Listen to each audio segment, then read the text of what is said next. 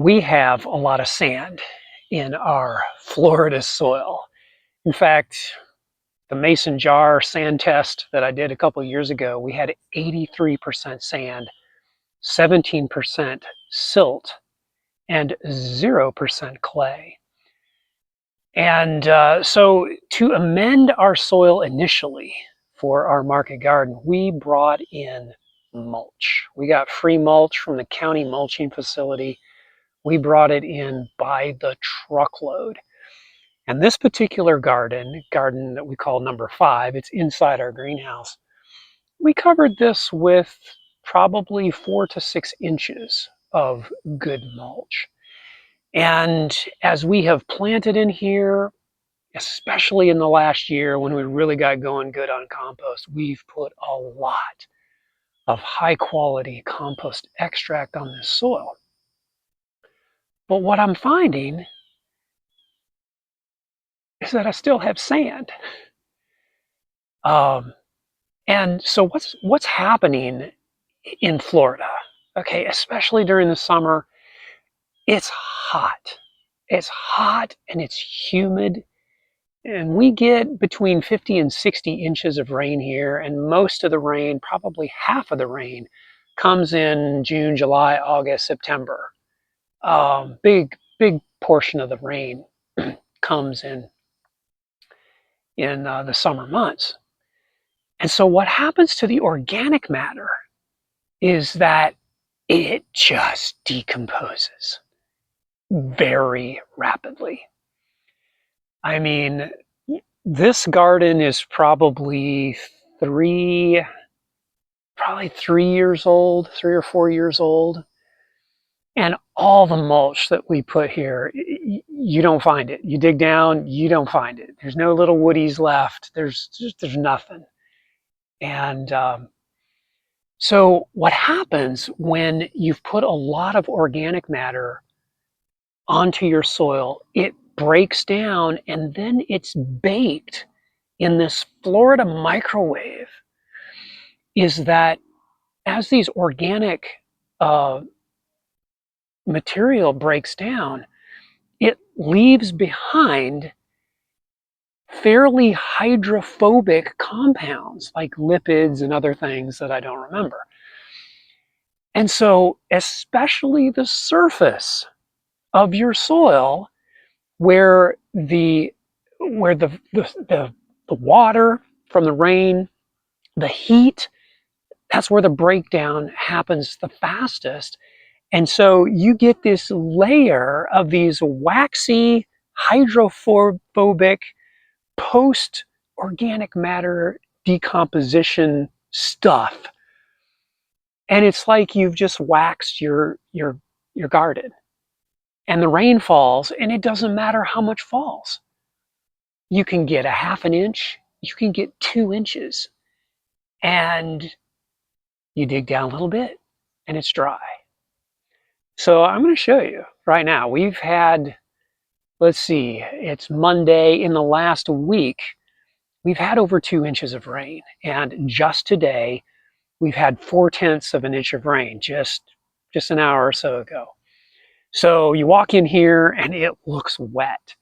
I'm going to show you one of the issues, this very issue that I'm talking about with Florida sand and hydrophobic soils. Okay, so this is what I call row bed 6.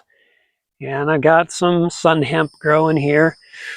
And I'm going to reach down right here. And we're just gonna uncover the soil. And right there, you can already see exactly what I'm talking about. I broke through a surface, and I've got some mulch here on the surface that's holding some moisture, but right underneath there is dry. Half an inch of rain, and it's back to beach sand. I see this everywhere in my garden, and it's been a growing frustration as I'm kind of noticing it, and I'm watering, and then it's still dry, and I'm watering. And I finally, began to do the research. And discovered that what I have going on is this organic decomposition and hydrophobia issue. What I want to do now is I want to take you over to where I did my pulverized biochar injection. This is where I took a pitchfork, stabbed it all the way up to the hilt, 5 inches or so, and rocked it back and forth just a little. Didn't pry it to break it up because I didn't really want to disturb the soil fungal networks and stuff that we're trying to build. But then I poured this pulverized biochar, inoculated biochar, with some premium compost inoculated compost extract for soil inoculation. So filled with organisms, okay? And I've already had a video here about how well my sun hemp is doing under these conditions. But I want to show you the soil now. Same let's see, 1, 2, 3, 4 rows over, same greenhouse, same sky, same rain today. I want to show you what the soil moisture looks like under these conditions. All right, here's our beautiful sun hemp.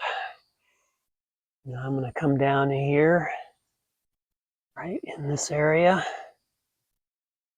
And I'm going to uncover it.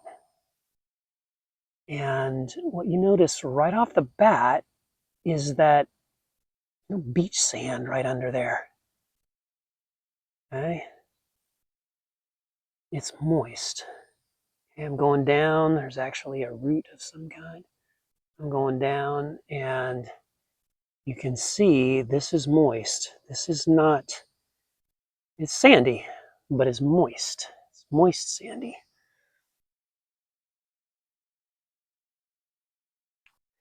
Now, this isn't happening everywhere down this stretch. I've looked at several locations here. About half of them are pretty moist, just like that one.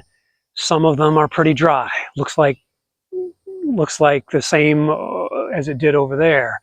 So, you know, we keep trying to experiment how to get over this, but I'm seeing some changes, okay? I'm seeing kind of some localized changes where something's doing better. Is it the biochar? Is it the extra extract that we actually injected with the pitchfork?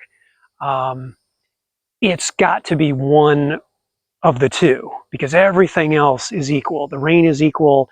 The mulch on the surface is equal. The planting with extract was equal.